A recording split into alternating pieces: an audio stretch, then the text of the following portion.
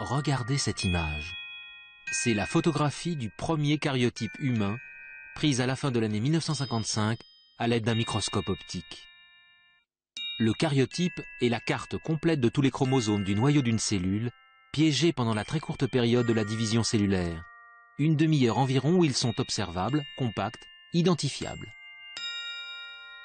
Le biologiste peut alors ranger les 23 paires de chromosomes en fonction de leur taille, de leur structure, de la position du centromère et détecter d'éventuelles anomalies visibles à cette échelle. C'est un jeune botaniste chinois, Zhou Yingqiu, en stage en Suède dans le laboratoire d'Albert Levan, généticien reconnu, qui, par hasard, a obtenu ce caryotype.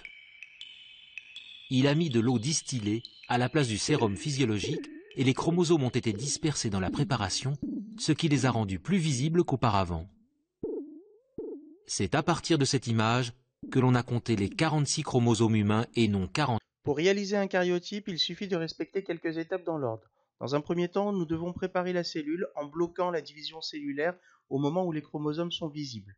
Puis, il suffit d'observer cette lame au microscope et de prendre une photographie de tous les chromosomes dispersés au moment de la prise de la photo.